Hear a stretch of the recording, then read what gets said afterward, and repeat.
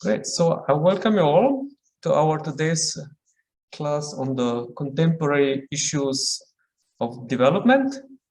Today we are very privileged and with great honor and privilege, I have the opportunity to welcome Professor Clair Gammage. Clair is Associate Professor of International Economic Law at the University of Bristol. She's an expert in international trade and issue linkages such as gender, human rights, labor standards, and sustainable development. Clair is interested in the relationship between power, economics, and law, and their interplay in the context of international trade. Much of her work has analyzed the complexities of trade relationship between states in the global north and global south. Clair's research is preoccupied with identifying blind spots in international trade law and exploring how legal, policy, and regulatory interventions can contribute to sustainable development at the local and global levels. Her current work focuses on mainstreaming development in international trade agreements with an emphasis on the ways which trade can lead to and undermine the economic empowerment of women. So we are very fortunate to have Professor Clair Gammage today with us. And I suggest we start with the lecture and then continue with the discussion. So please, Clair, the floor is yours. Thank you so much, and thank you for this very generous invitation. It's great, and it's a real privilege for me to be here with all of you. So I shall get into the lecture, but I'm also really looking forward to the discussion. I'm a firm believer, I should say, in that, you know, as academics, we also learn from our students. It's not just our students who learn from us. So I'm really looking forward to, you know, our discussion thereafter. I'm just going to share my screen with you here.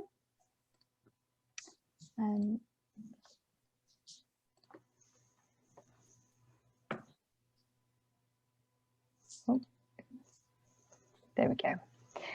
So today I'm going to talk first and foremost around mainstreaming development through EU free trade agreements.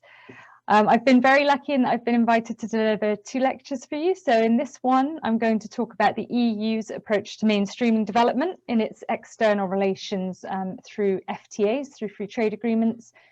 And I'm using this as an example of a North-South trade strategy. The EU has always operated through what we would call a hub and spoke form of regionalism, where it seeks to negotiate trade agreements with lots of different partners, with the EU being sort of the hub and the other agreements being the spokes. And then next week when we meet again, I want us to think more around South-South cooperation and what alternatives there might be to harness development potential of developing countries through cooperation between themselves. What we know already, if you look at any of the recent EU materials coming out from the Commission or from the Parliament, is that the future of the EU's growth is entirely dependent on its ability to extract resources, shall we say, from other places. So over 80% of the EU's growth is dependent on its relationships with other countries, many of which are developing countries. So that's going to be the structure for these 2 lectures. And I'm going to start with just 4 interrelated points around the trade and development discourse or process, depending on how you want to look at it, and to situate within that my own perspective. So we have, if you want to look at a binary, we have sort of very orthodox economic approaches to trade and development that would tell us, as you already know, because you've done lots of this in your unit already, that, you know, that there's a sort of functional approach to trade, and that is to increase economic growth, and that's GDP per country. And it therefore follows under this approach that actually other forms of development, so where we might think about social development, for example, or environmental development, will follow because there has been economic growth.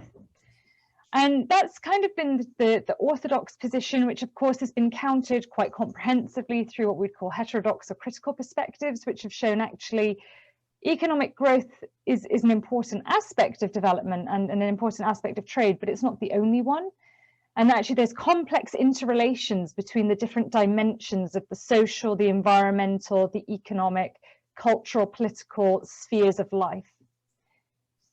You've already had a number of guest lectures, one of which I know dealt specifically with poverty alleviation. So you know that trade liberalisation is seen by the multilateral institutions and international institutions as a significant driver towards poverty alleviation. It's a really important factor in promoting poverty eradication strategies. And this is certainly true for the EU. And I'm going to talk about that a bit later, but poverty alleviation is a core part of the EU's development strategy with overseas, in its overseas relationships. But we find the trade and development agenda, so to speak, actually originating in the aid agenda. So it was around sort of overseas development assistance that we start to see real trade aspects being brought in, and the EU then captured that and reformulated it in the relations that it had with its what are now known as the OACPS states, or the Organization of African, Caribbean and Pacific States, through its various different agreements, some of which I'll talk about later. And the second interrelated point to that I want to make is that trade and development can be understood as both a process and as a discourse. It can be both instrumentally understood, so it's instrumental in the sense that we're looking at material gains. What economically can we gain from this? How can that economic growth contribute to poverty alleviation or eradication? But it can also be normative or ideological. And this is very much the position of the EU, that we're looking here not only to enhance material gains, that is certainly a very important driver of their activity, but it's more than that. It's not just economic, it's about changing perspectives. It's about aligning interests and values to create a vision where different countries are sharing the same normative or ideological perspective around development. However, within this framework, we also have new players emerging and already emergent. And this is something I'm going to talk about briefly today, but more so next time we meet next week. Because the historical traditional view has been, again, another dichotomy of global north versus global south. If you look at critical studies, it can be the core versus the periphery. This is about power dynamics and the ways in which these countries have been situated around hegemonic poles. But we also know that hegemony is no longer situated just in the US, for example, that we're seeing a shift back to Asia, and particularly with China. But we're also seeing other developing countries that are acting as disruptors in what we have understood until now to be an orthodox sort of pattern or trend in development and trade. And so one thing we'll look at next time is what the role of strengthening South-South cooperation might be to create a more equitable trading system, one that is based on different ideals, perhaps. And we're about to enter into a ministerial conference at the WTO, so I have to mention the fact that when we're looking at trade and development, we have lots of conversations taking place in that forum at the moment, and with the specific topic of development and contemporary development problems, one of those is around the proposed reforms to self-designation. As you know, at the moment, countries can self-determine whether they're developing or developed.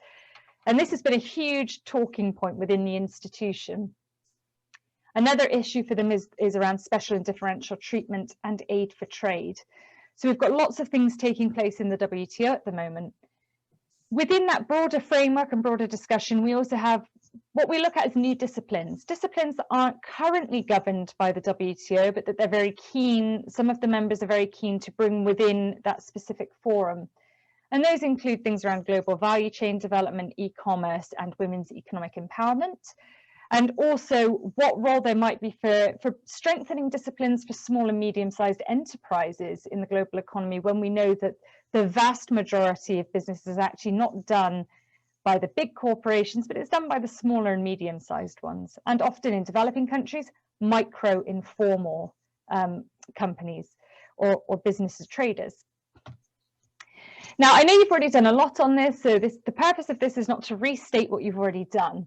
But what I just want you to bear in mind as I start to talk about the EU as a trade and development actor in the global economy is that its trade policy is meant to be embedding and aligning with and furthering the Sustainable Development Goals.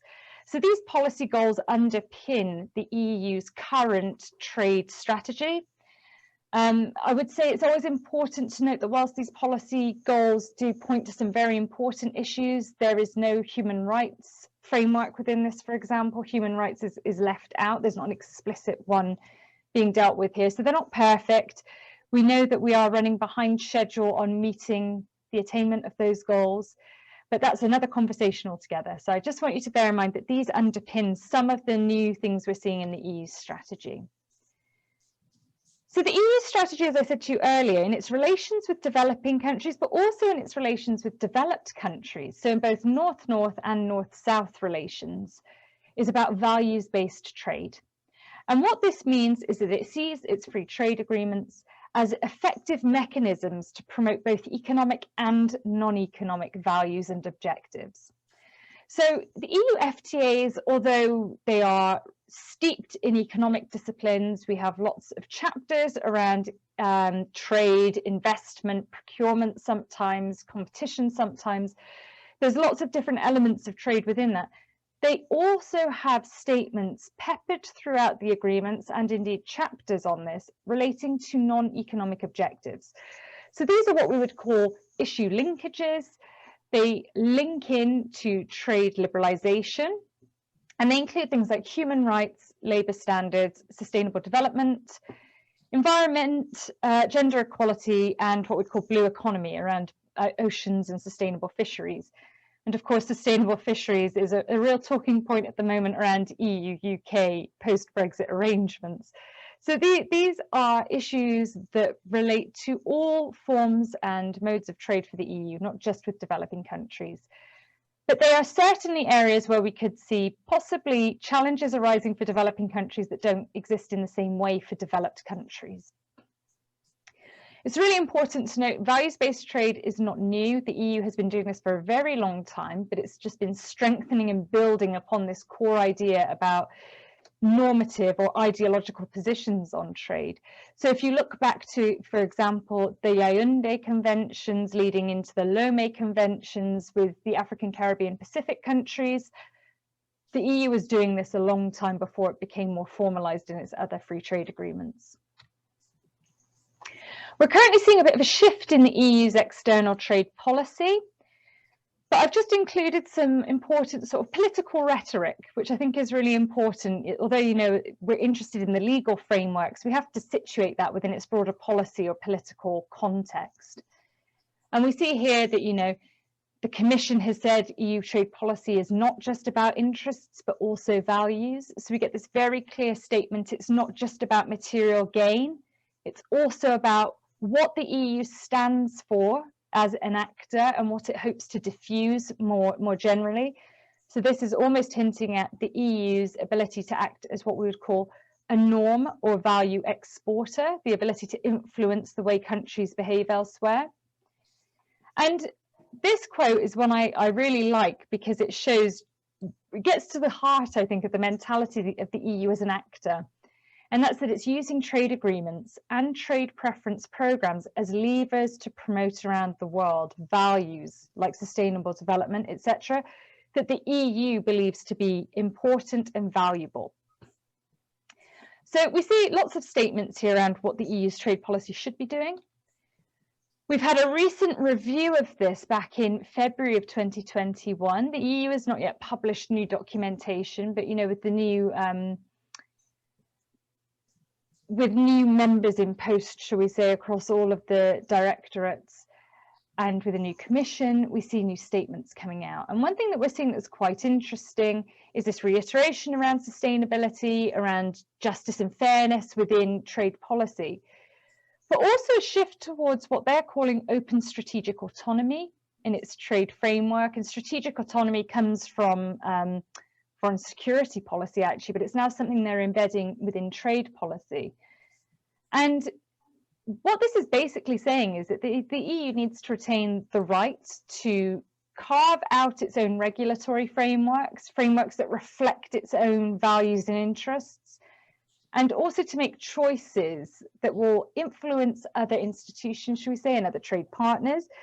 What does this mean? Well, in short, it means that the EU will continue to articulate its values through its regulations and standards, and that affects market access, particularly for developing countries, because their goods have to ascribe to certain values and they have to prove that they satisfy those qualifications. So we're seeing a slight shift, but really it seems to be doing much of the same as before. So as I say, in terms of the EU's approach to free trade agreements with the broader world, both developed and developing countries, they are seen as drivers of development. They are extremely important mechanisms, both materially or functionally and also normatively in terms of diffusing ideas. And we see the legal basis for this trade and development strategy set out in the Lisbon Treaty. So in Article 3, this is about the internal functioning of the EU and about the values that have founded on which the EU are founded. We then get the statement in 3.1 that its aim is to promote peace and its values and the well-being of its peoples, complemented by Article 3, subparagraph 5, which says that it should uphold these values in its relations with the wider world. And so we see here codified into the treaty this obligation on the EU to ensure that it does this. We then have Article 21, subparagraph 1, which talks again about ensuring that when it's acting externally, it's guided by principles that have inspired its own creation. And you can see on the slide there, those include things like democracy, rule of law, respect for human dignity. It's a very westernized view of what constitutes, a good global order. And it should also promote multilateral solutions to common problems. So we see again here something that is quite important to the EU's framework is cooperation and conciliation. So we don't always see hard legal obligations, but the EU is always very keen to engage politically with its partners. So how does it do this? And in particular, how does it do it with developing countries? Why is that important for us to think about? Well, if you're talking about contemporary problems in development, this is certainly an area where we see those problems sort of manifest. So we see the EU doing this, as I say, through FTAs and bilateral trade agreements, but there are also other mechanisms through which the EU externalizes or diffuses its values, such as through aid for trade. This idea that you will get a certain amount of money for a project. So it's no longer on the basis of just a general envelope being given to a government in terms of financial assistance. You apply for a particular amount of money for a particular development project.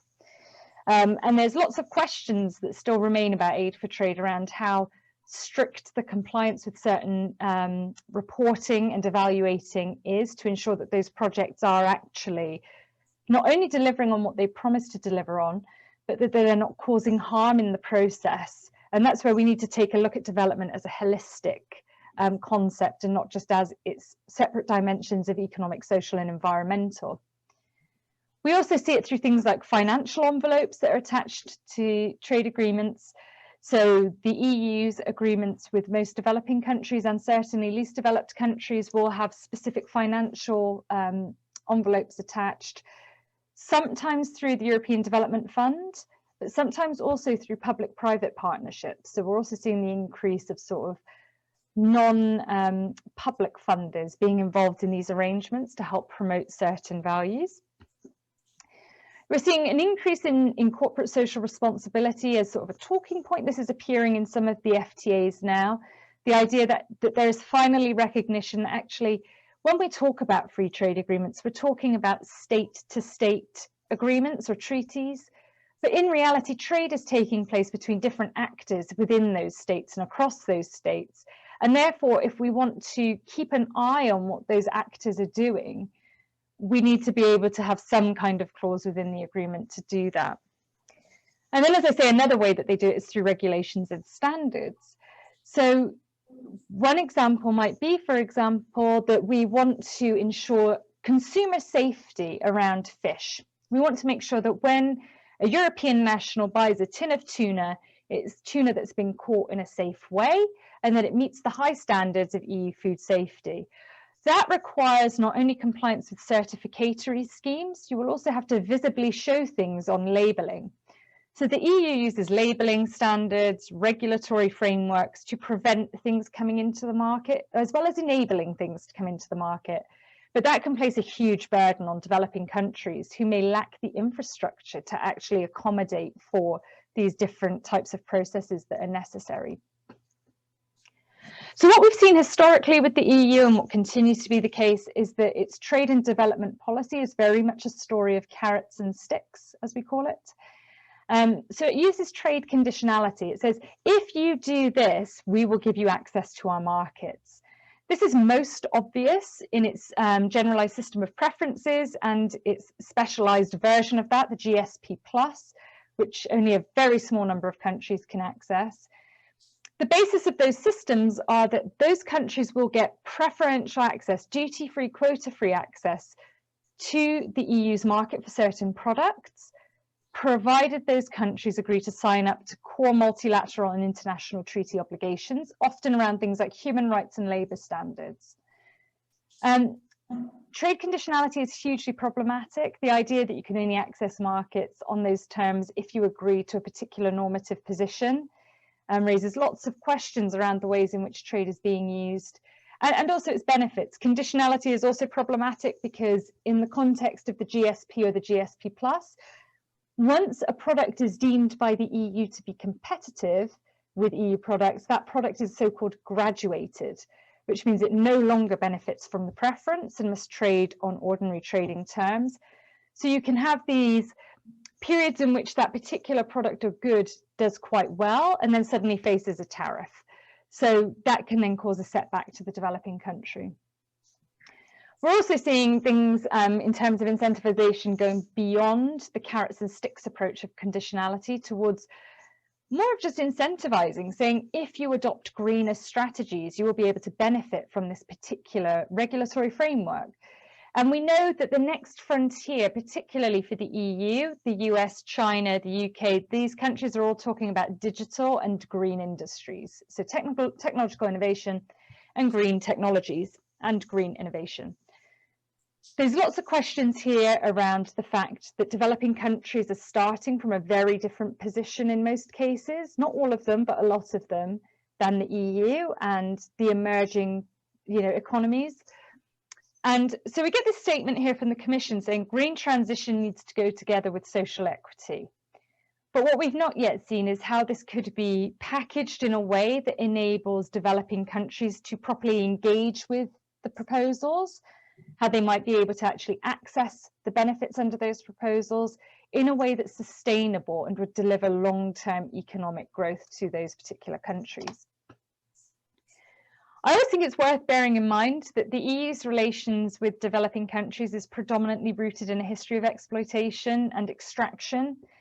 And whilst the EU is going some way to perhaps correct that position, if you look at the strategies around Africa, for example, the current EU strategy with Africa, there are still lots of overtones of the material wealth that could come from exploitation of those markets. And so you have to read that material very critically to see that actually has much changed in the way that the EU is operating with its former colonial partners, for example. The economic partnership agreements I've put up here, they are asymmetric and reciprocal, which looks good. They don't have to liberalize to the same extent that the EU does, because we look for an overall liberalization percentage. But in reality, what we're seeing from the impact assessments of those agreements is that the gains from the agreements are very, very small. And actually, small, medium-sized enterprises, which tend to dominate industries in developing countries, aren't able to access the preferences or don't know how. So they're just not using them at all. And actually, these economic partnership agreements seem to service big multinational corporations who export particular commodities like sugar to the EU under preferential terms. So there are huge problems with these agreements. We're now in a reboot, should we say, of the EU OACPS strategy, and we're still waiting for further information on what that will include at each regional level, so that will be forthcoming. But what we are seeing as part of that development process is more blended finance coming from different partners. So it's not just from the EU's development fund, it's coming from banks, it's coming from different actors. And this is where we're really seeing, actually, in terms of power in these relationships between North-South partners, there are lots of different actors who have delegated autonomy and ability to act and take decisions and make choices that can then have huge impacts for these countries. And of course, we shouldn't talk, and I know that there's a tendency, even as I'm saying it, to talk about developing countries as being passive. They're not passive, but within the context of these relationships, they are the weaker of the two. And that's why lots of people question whether a partnership is even the correct phrase to use, because partnership implies equality, and there is certainly inequality running through most of the EU's relationships with developing countries. I just thought I'd throw in, as sort of a curveball here, just an example of a more neo-functional approach. So the EU's approach through its FTAs is what I say is normative or ideological. It's more about promoting or diffusing or exporting its values. So saying to the developing country or whichever its partner is, we want you to adhere to human rights because we think that is a good thing to do.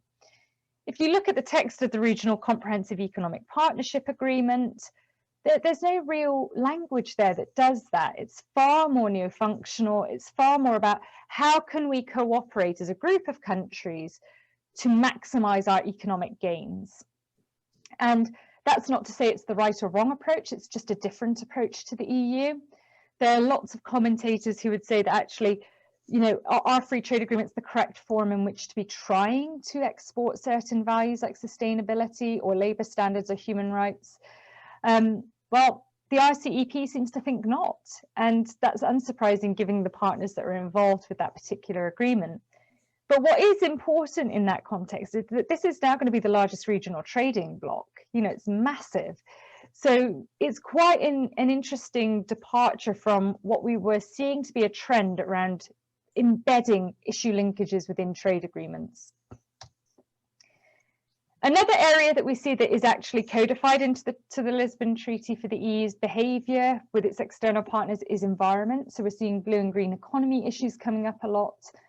And this comes from Article 11 of the Treaty of Lisbon, which says that environmental protection requirements must be integrated into the definition and implementation of the Union's policies and activities, in particular with a view to promoting sustainable development. So here, again, we have a legal basis. It's then embedded within the FTA. But notwithstanding the variety of issues that could fall within this broader definition of environment, there is a very soft incentives-based approach here to compliance. It's not a hard-based sort of legal obligation in these agreements. It's again around conciliation, political dialogue, soft incentives-based approaches. And I've just given you a couple of examples here. So as I've said, it doesn't always create legally enforceable obligations. We have Article 13.2 of the EU Singapore FTA. The parties shall strive towards providing and encouraging high levels of environmental and labour protection. Well, what happens if you don't? Well, I'll come on to that in a moment. But the point is here, it's not obvious that there's a legally binding obligation to do something, because how do you measure whether you are encouraging or not encouraging something? It's quite a challenge. When we look at the US approach, it's far more sanctions based. So they will have labour and environmental chapters within their FTAs.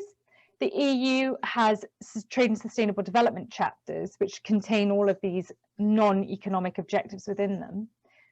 The US approach means that if you violate any of the terms under any of the agreement, it can be taken before the dispute settlement procedure. The EU approach is very different. For those chapters, for the trade and sustainable development chapter, you cannot take it to the dispute settlement body unless there's some way of linking it to a particular trade issue. This is dealt with politically. It's dealt with through the meeting of a particular committee, and they will talk about the problems and try to resolve it without actually going to dispute settlement. And again, that's not to say that either format there is right or wrong. They both work in very different ways, but it is interesting to note the difference. We're also seeing, in addition to the blue and the green economy, the embedding of the pink economy within some FTAs. And this is one that I find quite interesting. It follows on from a push at the WTO level following the previous ministerial conference around women's economic empowerment. And so we're seeing the inclusion of clauses or chapters around women and gender. But it's not new. This has been happening for decades within some of the Latin American agreements. Not all agreements are including it. Some are using side provisions or political agreements that are annexed to the trade agreement. And again, there comes this big question around, is it appropriate to include these kind of clauses within a trade agreement? When you think about the makeup of traders, for example, or women entrepreneurs, women traders, women trade actors in developing countries, they actually tend to operate within the informal economy. So outside of sort of formal labour standards or labour arrangements with companies. And they're also doing so typically on a micro scale. So the extent to which embedding gender clauses within an FTA will actually benefit women, unless it's very specifically laid out to show how it can benefit cross-border traders, for example, just starts to look a bit like perhaps these agreements are being pink-washed. How might they do this? Well, just like they've done with some of the environmental aspects, you could promote certain labeling programs that sort of enable preferences for products or goods or services delivered solely by women.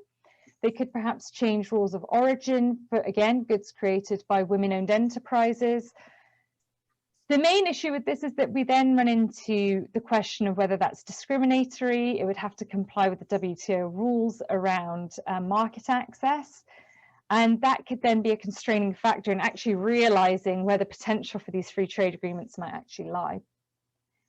And then one of the biggest challenges around the EU's free trade agreements and these issue linkages is, how do we order them? Which one takes priority? Which one is the most important? Because we know that trade partners won't be able to pursue all of them at the same time. So how do we do it? For example, if we were just looking at the pink economy or at women and gender clauses, do we focus on labour standards? Do we look at issues around migration? Do we look at things like labelling and standards? And this is something that is really playing out in the context of the green economy. We're seeing lots around, you know, what are we looking to promote and how within particular frameworks? So in the EU, for example, at the moment in the environmental context, the CBAM is what everyone's talking about, you know, the carbon border emissions proposed scheme for that. So different priorities will be driven by different interests and different values by different actors. And that's why it's very difficult to get a consensus over what should be pursued and by whom.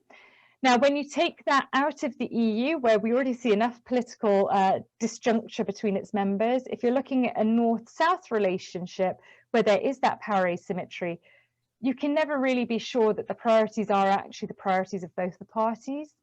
So, you know, power plays a real significant and pervasive role in the structuring of these agreements. Where do we see tensions? There's lots of tensions. The first one is that the EU itself is internally doing one thing and externally saying another. So we all know at the moment that the EU is facing its own various political crises. And internally, its members have very different views on things like human rights, for example, or on sustainability and how those objectives are to be achieved. If we look at net zero, for example, which is actually quite a good example to look at, the EU externally is pushing for net zero carbon by 2050. But internally, only 4 countries have legally signed up to do that. So, or codified it in their law to do that. So there are issues around this hypocrisy, as it's typically perceived, between what the EU says it wants and what the EU actually does as a bloc and its internal composite parts. The next point really around trade agreements with the EU is that the EU uses a template. It's very committed to its values-based trade. What if the partner country is not? What if the partner country feels this is too much to agree to, it's too expansive, they just want to focus on the economics? That's not possible. You have to sign up to this non-economic approach as well. It has to be about trade issue linkages. And again, that's for each individual to take a view on whether that's appropriate or not. But it is one that certainly causes tensions within agreements. Again, that's where we can see external inconsistencies. The EU is very much a voice piece against the death penalty, and yet it signed an agreement with Singapore. So there are lots of issues here around where we see, is the EU's commitment to values-based trade really genuine, or is this just yet another way for the EU to get competitive advantage over other countries? And then also, I've scrolled on, and then the next point is around implementation. Now, there's a lot to be said for soft-based approaches. You don't have to enforce everything by law. There are lots of other ways to get things moving. Policy interventions can be really effective. What we need to strengthen at the EU level is reporting and evaluation, getting a sense, particularly with developing countries. Once that FTA is in place, how is it working? Who is benefiting from it? Who is using it? What is the impact of that free trade agreement on the ground? At the moment, there is an acknowledgement that more reporting and more evaluation needs to be done. They claim to have an inadequate framework of indicators, for example, or a lack of infrastructure. If you do some deep dives on the EU's operations within particular countries, the EU will say it has a particular office and a particular reporting mechanism. In practice, they actually either aren't there, they're not working in the way that they should be. We see this particularly in the context of labour standards and domestic advisory groups under the FTAs and how they should report back on labour standards. So it's hugely problematic.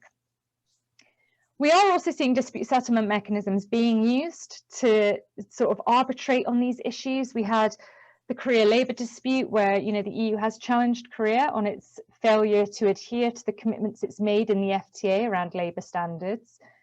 We've also had a really interesting one on wood lumber in the Ukraine, where in this particular case, they upheld the principle of sustainability. So we are seeing some interesting shifts that although formally the language may not be subject to the dispute settlement system, there are creative ways of bringing it in and getting interesting outcomes that do seem to reinforce the EU's values around these particular issues. And that again reinforces that perhaps its commitment is genuine and it does want to diffuse these values to create a more sustainable ecology and economy globally. So where do the threats, challenges and disruptors lie? And this is going to sort of be my final slide, because next week we're going to pick up on some of these things again, but in the context of South-South cooperation. The EU has been one of the most dominant trade actors for such a long time. It's enjoyed this privilege within the global economy, along with the US, for a very long time. And over the past couple of decades, that position has become uncertain, and its prominence in the global economy is being diminished by China. Now, the US and the EU put China as their main aggravator or main disruptor. But let's face it, Brazil, Russia, South Africa, India, Indonesia, these emerging economies are all disrupting what has become patterns of trade and development, which are quite often rooted in dependency with the presence of these other actors. Now, at the beginning, I said to you that the EU and its future growth depends on growth elsewhere. It needs to link into countries to be able to grow itself. China, on the other hand, is growing exponentially, and its GDP is expected to grow by 4.7% annually. So we're already seeing the hegemonic pole shifting back to China. This is a real concern to lots of members of the WTO, because China operates according to those countries in ways that violate the WTO rules and has been allowed to do so.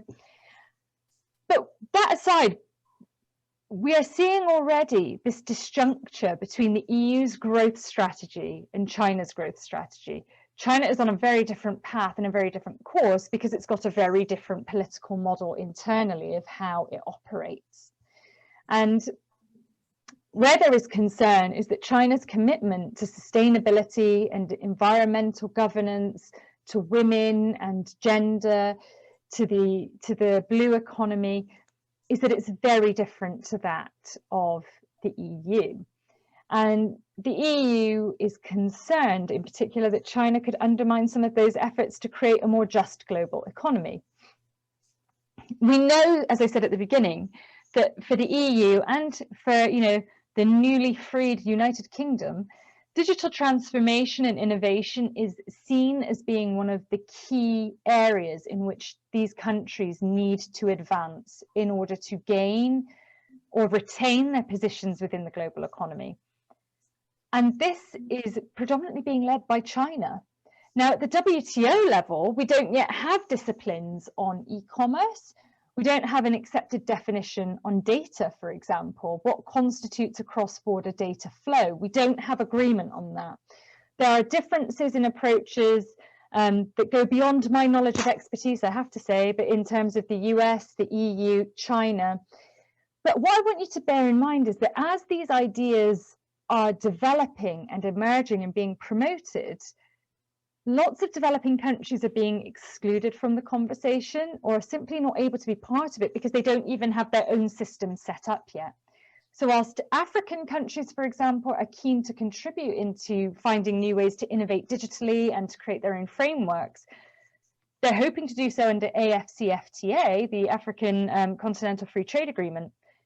But there isn't anything in place yet. And there is this risk of constantly playing catch up. And what does it mean to constantly play catch up? Well, what it means is that you're always being left behind. And if the SDGs are about integrating countries into the global economy, we have to find ways to bring them to the table in a more inclusive way. And of course, as I'm saying all this, each country has its own unique governance crises internally. So there will be lots of issues affecting their ability to do that, just like there are in developed countries. But we have to be mindful of the fact that if they're outside of the conversation, they can't contribute to the conversation. That's where having it at the WTO could be beneficial because they can at least contribute through their missions there. But of course, that then leads us on to the next point, that actually the WTO is a system that's somewhat in crisis at the moment. You know, it's still continuing. We're still seeing lots taking place within this particular institutional setting, but there are lots of areas that need to be reformed. What constitutes a developing country is one issue. It's actually an issue that's relatively minor considered, you know, compared to other bigger issues, like the fact that the dispute settlement system is still not currently working as it's designed to work. That there are lots of questions around the way the committees are operating and how they can actually influence and lead in certain areas. We have big global challenges, you know, around environment and climate change. And what we've seen at COP26 is that if developing countries are not willing to sacrifice their economic growth through certain industries for the sake of humanity, so to speak. Now, on the one hand, and sitting as a very privileged scholar in the global north, you could say, that doesn't seem right. They should just give up those industries or seek to clean up the coal industry or, you know. But you can see the argument from the other side as well. We've only gained our position in the global economy by exploiting both the environment and other people in other countries. And perhaps now, it's, as they say, it's their turn to be able to gain that economic growth from exploitation of their own natural resources. It's a hugely challenging conversation, but I hope that what this has just shown you is that there are lots of mechanisms through which sustainability, the SDGs, those various elements of the goals and their targets could be promoted through trade. The EU tries to do a lot of that. Whether it does so successfully or not is another question. Whether it should be doing that or not is, you know, for you to take a view on. But I shall finish there. I've got no idea if I've completely ran over time, and if I have, I do apologise. But thank you very much. I look forward to our conversation. Right. Thank you very much, Claire, for a very extensive, in-depth and illuminating analysis and overview of where the international trade currently finds itself. What is the role of the EU in international trade, in both at the multilateral level, at the level of regional cooperation, bilateral levels? What are the new frontiers and new challenges and issues of international trade? So I suggest that maybe first we start with some questions of the students, and then we continue the discussion on so many very important, very illuminating issues that you have presented during your lecture. So thank you very much, and I will just give the floor maybe to the students first. If there are some reactions, comments, you are also feel free to ask if Professor Gammage should clarify something, because she has really, this is a very condensed presentation. If there are some elements that normative, institutional or practical policy perspective that you haven't grasped completely, feel free to ask. We'll be very happy to clarify before we proceed. Yeah, please do feel free to ask anything. I have one question. First, I would like to thank you for this lecture, and something that is of my interest is also at work, and here I'm doing research about the carbon border adjustment mechanism that you mentioned in the presentation. So I would just like to hear more from you. What do you think about this proposed mechanism? How do you think it could influence third countries in respect to their environmental regulation, and also about how it would be as a protectionist measure from the EU side? Well, as I said at the beginning, I'd also be interested to hear your views, especially if you're working in this area. So do you want to start? I'm very happy to give my comments, but I'm also interested to hear your views. Well, I do believe that it is, if we look at it from the perspective of European Union achieving its environmental goals, it is definitely a positive step, because it goes away from the free, how do you say this in English, free allowances of free emissions, rights to emission, to the sectors that are energy intensive industries. And at the same time, it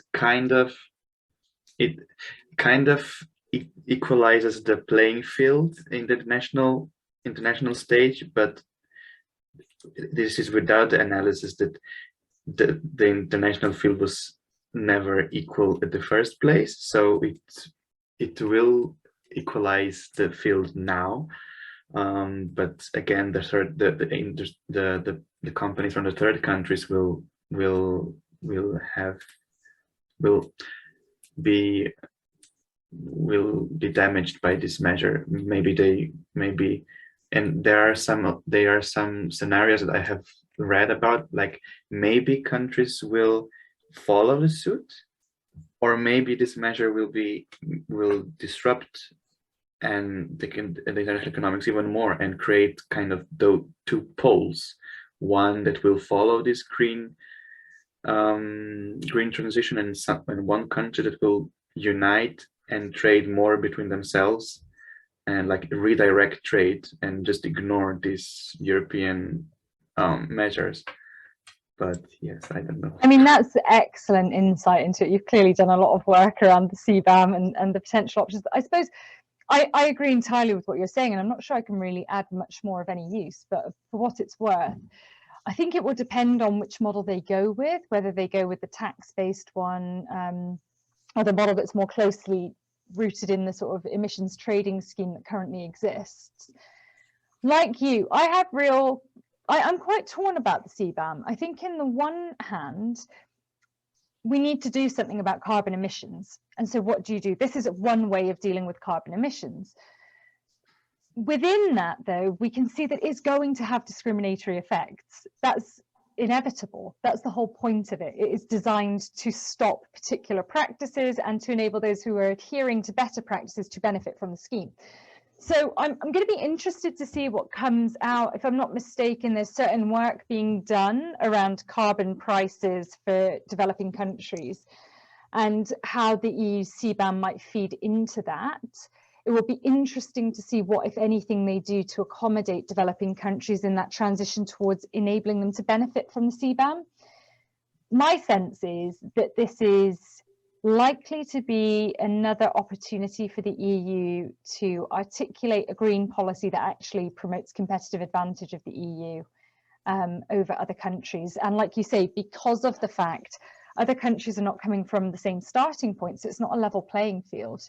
You know, we hear so much about the level playing field in the context of Brexit, but actually the level playing field applies more generally. And here you've got countries that are not starting from anywhere near where the EU is. So for me, if they could build sufficient safeguards into this to ensure that developing and least developed countries could benefit in the specific sectors and industries that are listed under possibly benefiting from the CBAM, then it might be a positive intervention. I suspect, as you said, and I really like the way you've described it as two poles, I think that we will see actually the emergence of two systems, one which is seeking to trade with the EU and one where we see them trading with other markets. And my concern there would be, are we actually going to offset the carbon leakage that the EU is trying to offset? And I'm not sure we would.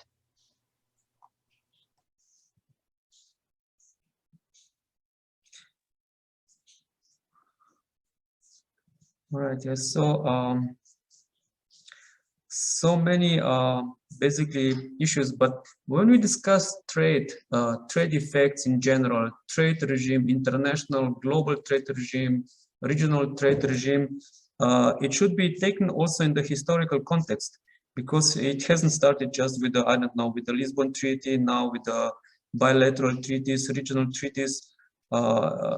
There is a history of GATT, of course, regime, which was more flexible. It allowed more policy space for all the participants. It also enabled, together with the Bretton Woods regime, more inclusive and sustainable development in different parts of the world. Whereas this more formalized WTO regime presented new rules, new also constraints, both on developing and developed countries, with some exceptions for the least developed countries, but only to the point of graduating, which is still at the very low levels of development. So the WTO regime tends to somehow put aside the strong distributional effects of any trade regimes, which creates also huge internal and international inequalities, which can be reflected these days in the, for example, in the most recent UN reports on sustainable development goals, which are even farther off track than they were before 2015, for example, of course, because of pandemic and so many other elements. So the overall picture of if we look the trade and the alleviation of poverty and at least reducing inequalities, I would say that the global trade regime is not going in the right direction. And all of the, you said, all of the models are in certain crises, including the multilateral regime itself. So I would say that all of the major trading actors are actually contributing to international imbalances and also unsustainable ways of development. So there is a multilateral challenge in addition to the climate change, to the biodiversity, to environmental, social inequalities and other issues. And we tend to forget that the goal of trade is not to maximize free trade itself, but in order to create conditions for coexistence of different models of institutional innovations and to provide inclusive and sustainable developments in all parts of the world. And it seems that the current system is not allowing this, and also this departure from the strict multilateralism back to regional trade agreements and bilateral trade agreements actually has its own deficiencies, although there are some elements that you described very convincingly that try to maybe alleviate or improve some of these deficiencies, but there are structural elements that are still creating these unsustainable patterns of development. And we like these conceptual ideas and also practical ideas. On the practical level, just to mention the experience with the EU-Mercosur agreement, which the negotiations lasted for about 20 years, maybe too long because so many things have changed in the last 20 years, both in the European context, in the Latin American and the context of Brazil, as well as the global context. But essentially, you can see that there is a the closer you go to the real trade agreements from this normative perspective, we have you cited the Lisbon Treaty, free and fair agreements, all the requirements, all the commitments are there. There are also chapters in the EU-Mercosur agreements, but essentially, the more you dig in from the economic perspective and other perspectives, you see there is basically a trade agreement which was dubbed as a agreement cars for beef, basically, to summarize it maybe in an oversimplified version. But it shows that interests basically and other trade-linked values. These trade-linked values are very subservient to the real economic interest. And the situation is that European economy remains as one of the largest exporting trading blocks in the world, creates huge trade surpluses. All other trade superpowers, they also try to export themselves out of the recent crisis. So this creates a lot of trade tensions in the international environment. It also leads to trade wars. And I would just like to refer to the very recent last year's book by Klein and on trade wars, that trade wars are essentially class wars. So you said that there's so many actors are involved, and we see these trade imbalances that exist. They are not in these trade rules and trade agreements. They are not somehow addressed. So so it creates, say, to put it simply, trade winners and trade losers, whereas these trade losers are not somehow not even compensated in so many places, either in Europe or in the United States under the NAFTA agreement, let alone Mexico and other agreements. So, or EU-Mercosur agreement, although now it is stalled, it also creates huge distributional effects.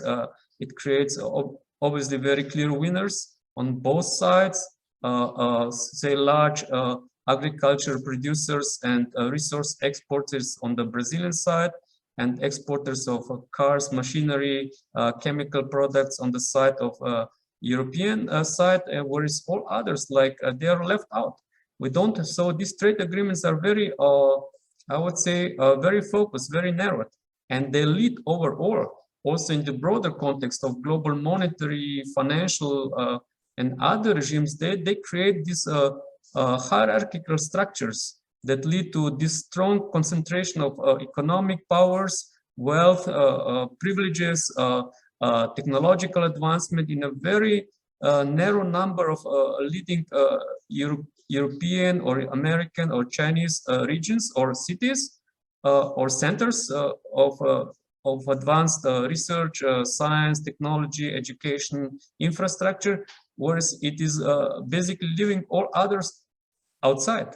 And this is not the overall pattern of economic, social, environmental regime that we should be hoping for. It goes against basically the proclaimed ideas of trade, but there is behind this there are very strong interests of the say potential winners of this trade agreement. So how to rebalance trade? I remember that Joseph Stiglitz wrote this book, Fair Trade for All, like in 2007. It was still under the Doha negotiating round about the development round, and he said that if Doha agreement development round would be anyhow development friendly in real practice, it would have looked completely differently from what it was what it was appearing to be, right? So it was told at the end and basically abandoned. And since then, all the major trading powers and blocks are actually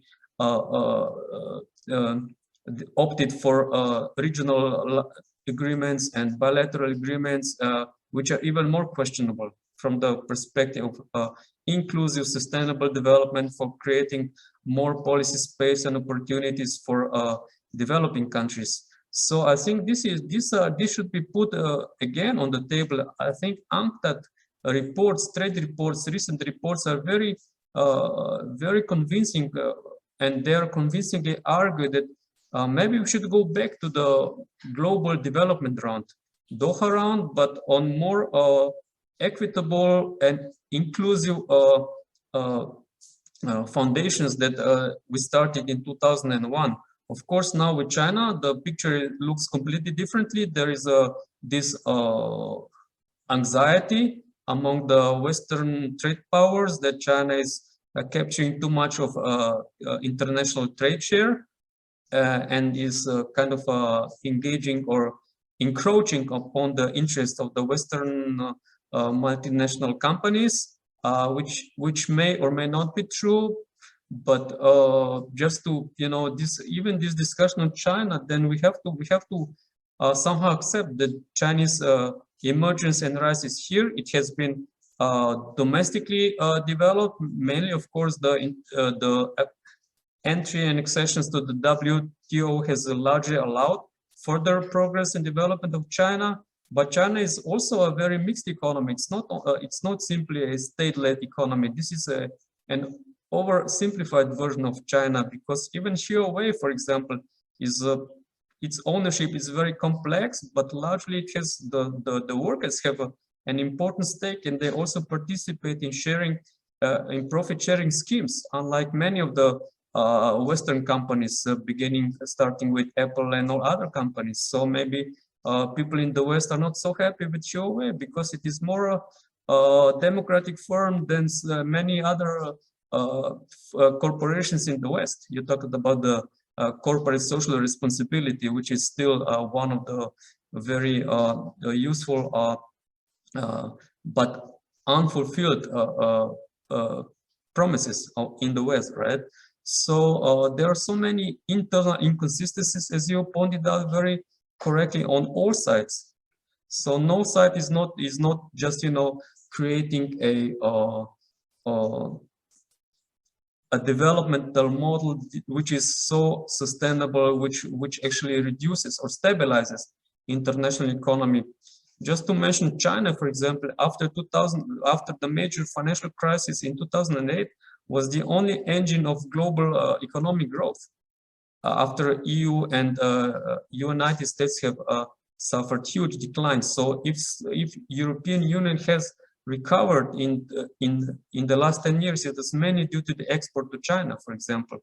So we have to see that all these trade flows, who is creating instabilities at the global trade level, at the levels of global value chains, who is contributing more to the environmental imbalances, to the unsustainable developments, we have to be very detailed, very precise. Otherwise, we simply fall within this trap of interests, and we should avoid this, because something like, I think the biggest price is being paid by the middle class people, by the precarious workers in the West, in the United States, informal workers in Mexico, probably in mainland Chinese regions are also paying its price. So we have to look simply beyond this first level analysis of who is winning, who is losing out, who is threatening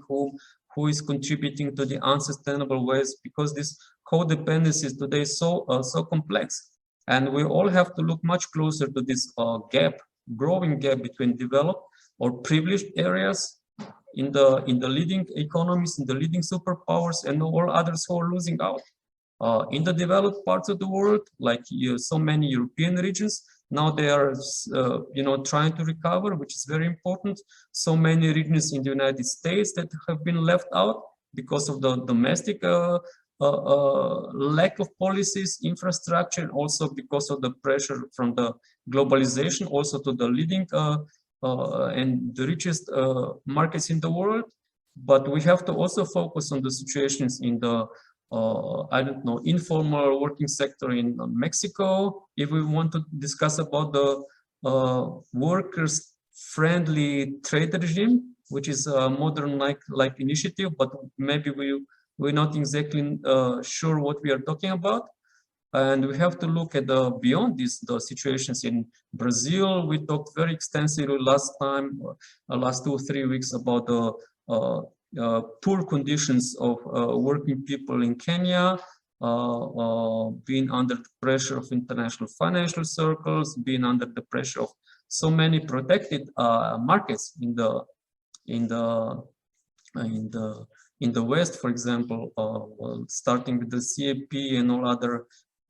Basically, and from this, it's very easy then to impose certain trade conditionality if you have this privilege. But at the end of the day, this enlightened approach would require our interest also in the more inclusive developments also in the excluded parts of the world because of codependency, because you want to improve the conditions of the precarious workers and stagnating regions in the richest parts of the world. We have to, there is the same coin, the next side of the same coin, right, in the developing countries. Unless we reduce global inequalities, it will be difficult to reduce also regional inequalities like in Europe or the United States.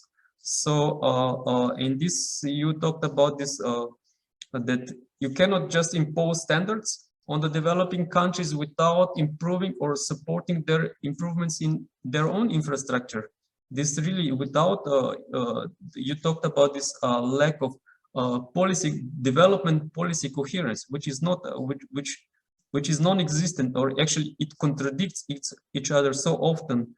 And it amounts to what Ha-Jung Chang is talking about, kicking the ladder away from the developing countries. And I think this is why we are actually right now on the path of development, which is deepening global divides, which is also not sustainable from the climate perspective, biodiversity perspective, social inequalities, and something what is also being missed, because you talked about the new frontiers in trade, should be added the so-called the emergence of knowledge economy. Knowledge economy is now very insulated at some of the leading pockets, leading areas, but this should be, in order to disseminate, to open access to knowledge economy for all. In developed and developing countries would require a different multilateral regime, which would not be against, I don't know, it is not EU, US against China, or it is basically a competition or divide between privileged insiders and unprivileged outsiders in all parts of the world. So this is what the new international real multilateral development round should take into account, and this requires also new representatives, new actors from civil society, labor unions. You talked about the different vulnerable social groups and all others, and this is when the real redefinition of trade would look completely differently at the regional and global levels than we see it today. I completely agree. I think that, I mean, you've touched on so many points there that are just so important and relevant to any attempt to reconceptualize the current system. And the first one, I think, is that if we look at what underpins the multilateral trading system are these principles of, comparative advantage, and this idea that, we have to trade in a particular way. And there's a really great book by Kent Jones on the Doha Blues, talking about the Doha round, and about the fact that actually, as you've said, developing countries haven't really benefited from the special and differential treatment that they've received for decades under this institutional framework.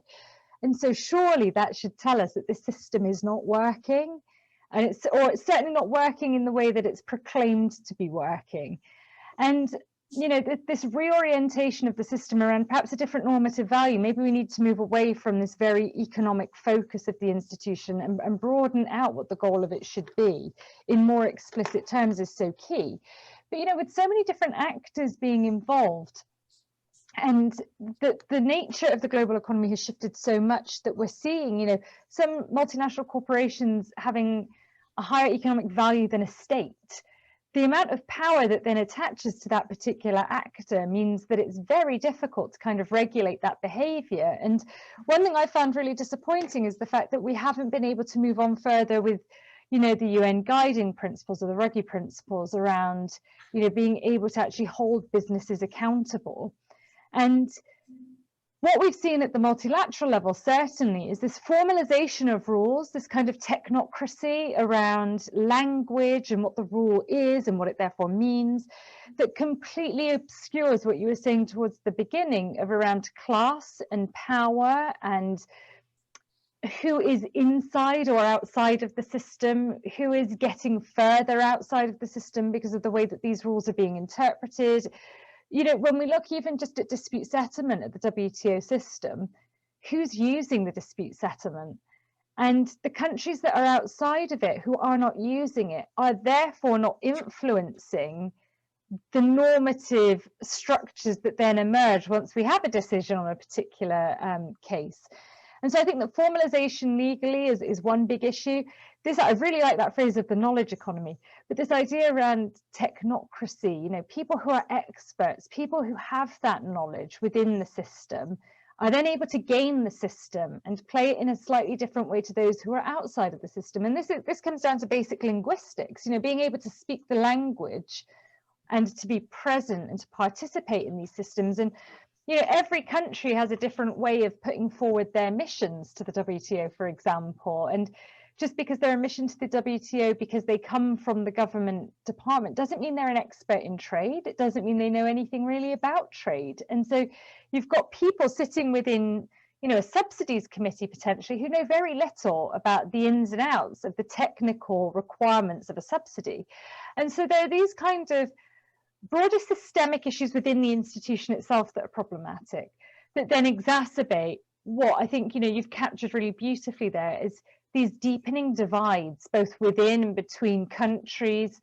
This kind of race to the bottom that we've been trying to prevent for so long just seems to be accelerating in certain parts of the world. You know, I'm pretty sure, you know, your conversations with Sylvia around Kenya would have been very enlightening.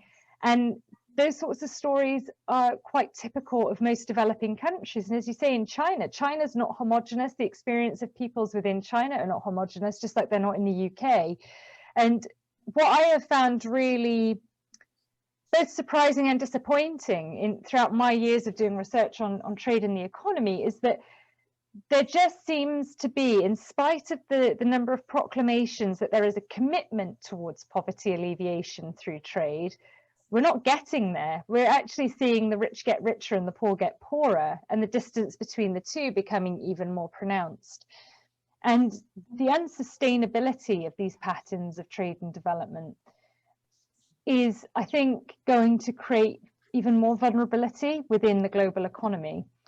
And that in itself, I think, is a challenge that will only be overcome if, as you say, we completely reorient or rethink what the purpose of these systems is. I can see Nick wants to ask a question, so I'll come in a sec. Just in terms of how we can make trade more development friendly is something I've been working on for a long time, and I've yet to come to the proper answer. But I think that your point there around the UNCTAD reports is really, really key.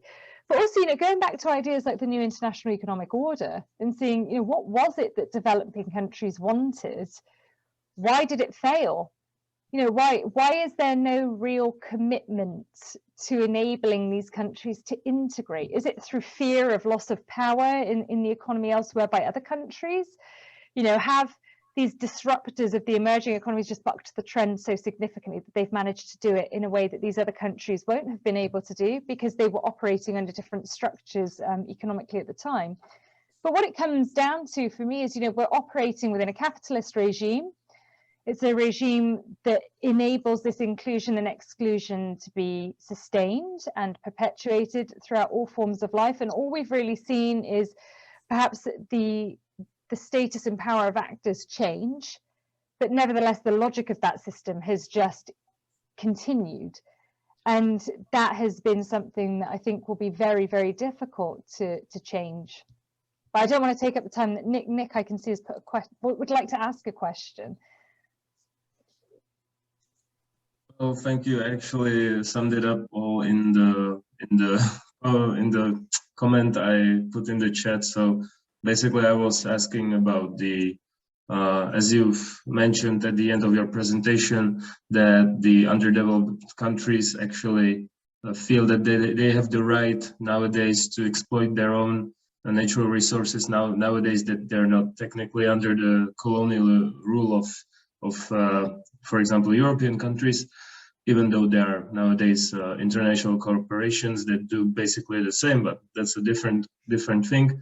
I wanted to ask if you see any kind of solution that developed countries could actually provide or somehow help these underdeveloped countries in order to satisfy their feeling that they have the right to exploit their natural resources and industrialize, but at the same time do so in a most environmentally friendly manner and a way that will the least have influence on the global environment.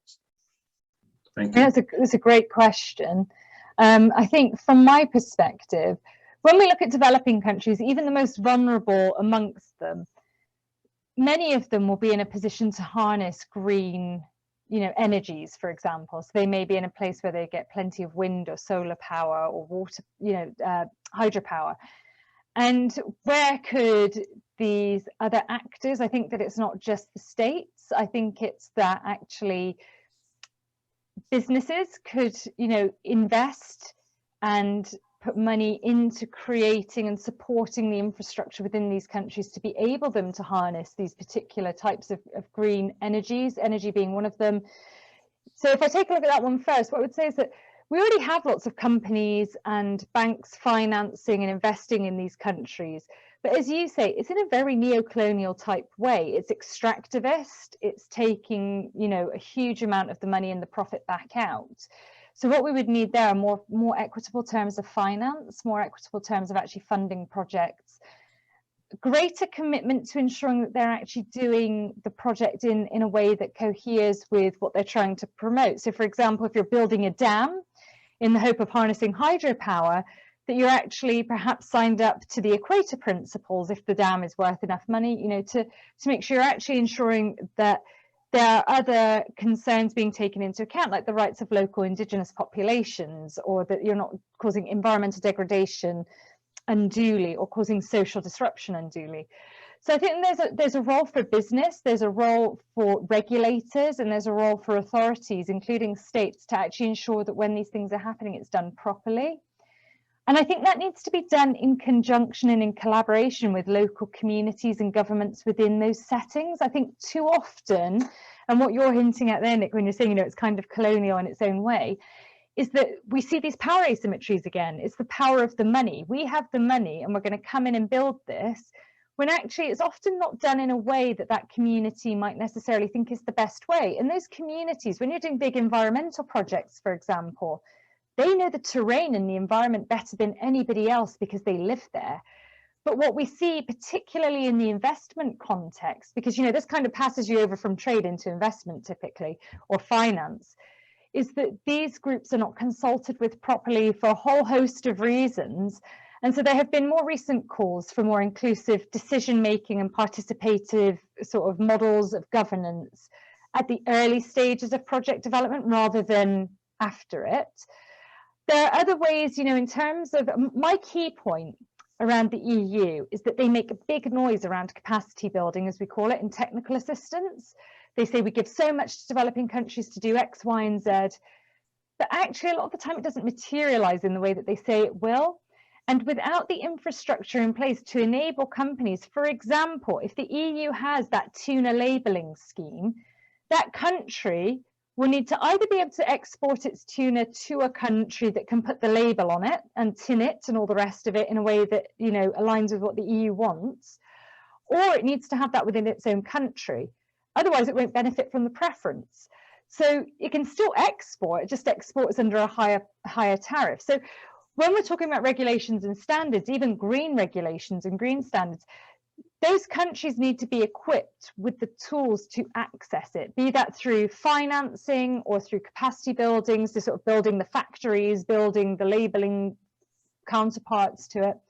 And I think that there's just a real struggle at the moment because we've had a number of financial crises in effect with the pandemic, and that has affected the ability to sort of engage constructively. But that's not a new thing. What we're seeing is the EU saying it's going to do a lot, and when we look at these impact assessments that come out after 5 or 10 year review, seeing that they're not really fulfilling the promises that they've made, and that in effect just pushes those developing countries further back.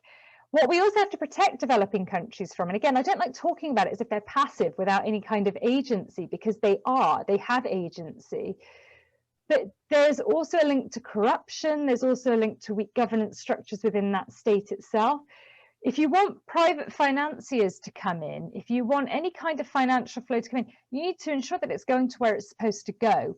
And that requires a strengthening of governance on the ground. So I think that what it requires is lots of moving parts to align in a way that creates a more equitable way of working. But in terms of the rules look very benign. They look like they apply to everyone in exactly the same way, because they do. But that's because they're not on a level playing field, that they have completely disproportionate effects, and it prevents countries from engaging in the way that they should. So from my perspective, developed countries could do an awful lot more. So could the multilateral institutions, actually, who do, design a lot of these frameworks in which they operate. But I don't know, Matjaz might have more to contribute here. I'm not sure. Yes, I'm just thinking about the vehicles of reproduction of global hierarchies, and I think one of the key vehicles could be global value chains, because they create this hierarchical, vertically integrated modes of production where most of the developing countries can participate and getting access to the developed markets only by stepping at the bottom of the chain, by producing either very simplified, customized goods, products, services, basically based on extraction of resources with very low value added, and they got stuck there, so they cannot move through these hierarchies to the higher levels because of all these inbuilt rules that are not hospitable to any climbing of the industrial development. So they can be of course, the sources of this lack of policy space for higher value added activities. They can be domestic, they can be regional, right? So often, but basically they are also carefully protected by the international trade rules, being as we see now with the areas of intellectual property protection, with the codified knowledge which is not shared. I think access is getting more and more difficult to these modern technologies, modern scientific production.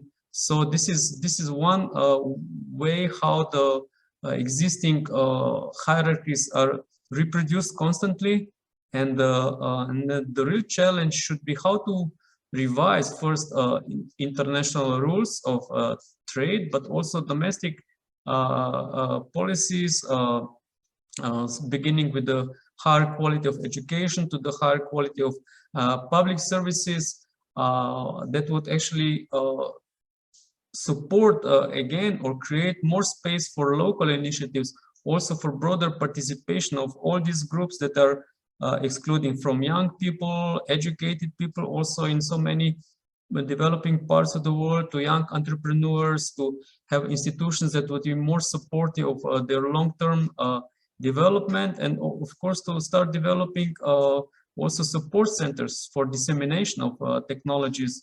And this can be built essentially quite often domestically, even within the present context, but also with the different types of development aid, let alone official development assistance and other priorities. And eventually we would actually also rebalance the international trade rules that would be more hospitable to the developing countries, to labor standards, to environmental standards, because all these standards can be on the other hand, can be used as in protectionist modes instead of supporting or stimulating improvements in labor protection, higher quality of environmental standards, or they can be used to support. So all these countries, regions that are trying to improve should have a preferential access. So this will be a different type of conditionality. The type of trade conditionality, the type also of IMF conditionality is actually going in the exactly opposite way, just to somehow freeze opportunities, not to support more decentralized international development. So it is very much also interest oriented, not only value oriented as it is often stated. Yeah, and I think when we bear in mind, you know, that 2/3 of global trade is happening at the moment through global value chains, that there has to be a greater emphasis on these organizations, these businesses, to operate in a way that promotes and, you know, better practices and that is more inclusive. The other thing I would say, and you know, is that when we talk around education and skilling up, there is so much ability intellectually and skills wise in developing countries that remains unharnessed. And it's about, you know, trying to really capture or recapture that in a way that benefits the country. So what we see all too often, we see it a lot in the UK, for example, is what we call brain drain. When we get, you know, the top scholars from a developing country coming here, they score here, and they don't really want to go home because the working conditions may not be as good as over here. And so then you end up with that country losing a very important resource because that person has come here. And when you sort of multiply that by the number of people leaving for different countries every single year, it's quite a significant phenomenon that we've not been able to get a handle on. And when I think we've seen some really amazing innovations is around technology and, you know, incubators and startups.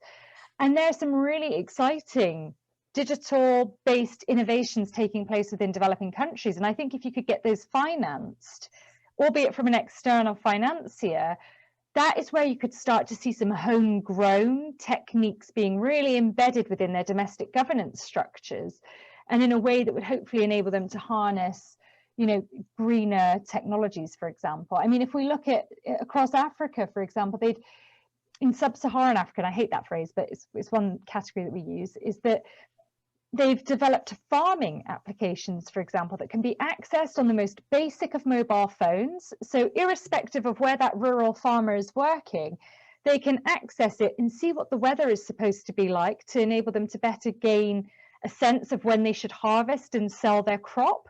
Now that seems like a very obvious and straightforward thing to do, but they didn't have it until relatively recently in certain parts of the farming communities. And that has apparently revolutionized the way some of these farmers are farming. And if you could then embed sustainability elements into that, you know, there's so much scope, I think, to really have homegrown solutions, but also just to promote, you know, it needs to stop being this kind of importation of ideas. There are lots of ideas already on the ground that just need perhaps the financial backing to enable that to roll out. And the final thing I would say on that front is, you know, I do think, as critical as I am of the UK and the EU in their trading positions, there is a bit of a sea change. A lot of some of these investment projects that were predominantly formally aid projects, you know, where they would have given overseas development assistance, they are now trying to sort of tap into that. My worry would be, are we really truly free from any form of colonial influence, however that might now manifest in these contexts? But nevertheless, I think that, you know, really trying to harness these sort of developing country ideas is really important, and something I'll touch upon next week, you know, is how they could share those amongst themselves and hopefully, you know, reorient their own development in a way that works for them. Yes, great. So just a word on the issue of providing long-term financial support in the developing parts of the world, which is one of the crucial, probably institutional solutions to provide more development-friendly environment. Just to remind us that most of the many developing countries these days pay more in interest to their debt, then they finance their public health at home, for example. So there are huge also imbalances in terms of international access to finance, the distribution beginning with the special drawing rights, international monetary systems, but also in this, the whole model of finance, at least in the last 3-4 decades, is questionable, because just to rely on foreign direct investments is not working. Primarily, you have to rely on your own financial institutions to support domestic innovations, ideas, entrepreneurship before foreign direct investments can enter. So China has, and also other Asian tigers, basically, they succeeded by basically creating their own strong domestic financial base with the public banks, sometimes regional banks, development banks.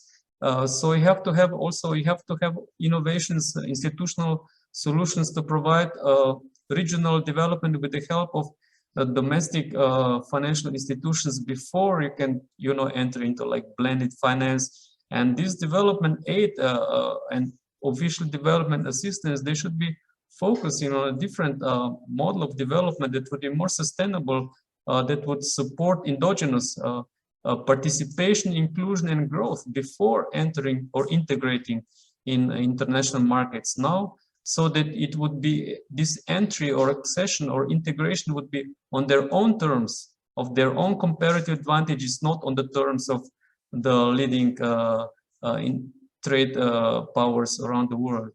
And this would be a reversal, a decentralized, more inclusive and more sustainable type of integration, trade, financial services, technologies. But this is maybe, yes, you're right, maybe this is already a topic for our next session. I think as well that, what you're touching on there is something that just isn't properly addressed, I think, because it's so difficult to address. It's the intersection of all these disciplines that have historically been quite siloed. So we have like finance and trade and investment, and we talk about them historically, we've spoken about them as if they're all separate, but they're not. They all tie in with one another. And that, I think, is one of, if we're talking about contemporary problems or contemporary challenges, how we recognize and respond to those very complex intersections in a way that can promote development in a more inclusive way, I think is probably one of the biggest contemporary challenges that we have. But, that's going to require so many, specialists and experts in those fields to really come together and think about, how can we create a framework that is inclusive, that is sustainable, that doesn't present these constraints that promote unfreedoms in most countries, and reorient that to something that's more fair, more just, and more equitable. And I think that that's probably something that will be a very, very, very long time coming. But with our efforts, contribution from all of us, maybe we can do something already in the near future to improve, to create more structural improvements that are currently not in place for so many parts of the world, developed and developing. I agree. Yeah. So great. Thank you so much, Claire, for this great lecture today. And thank you, students, for your participation and questions. I think now you can think a little bit more until our next session, next Friday. So we'll continue first with the presentation, then also we expect a lot from you, from your contribution, from your own interventions and your own proposals. So we should, as Claire has nicely said at the beginning, we should encourage each other to provide more institutional, innovative thinking at all levels of international trade, financial, investment, governance that we meet at present. I think what would be great if next time, because this is such an area that I just find fascinating, is alternatives. We're stuck in this regime, and you don't have to be an expert in trade or in investment or in finance to think about what might, at the top level, if you were to think of it without any constraints whatsoever, what would make the world a better place to live in? Just come ready to give some ideas about that, because, we might then be able to think about, oh, there's something that we could tweak in a treaty or in a multilateral rule that could enable that. You are also agents for change. So we'll be really keen to hear your ideas around where, there could be possible alternatives to what we currently have in place. Great, wonderful. So we are already very excited to meet next Friday and to provide more alternative ideas and solutions to the present world of constraints. So thank you very much for today, and we see each other next Friday. Bye-bye. Thank you very much. See you then. Bye. Bye-bye. Thank you.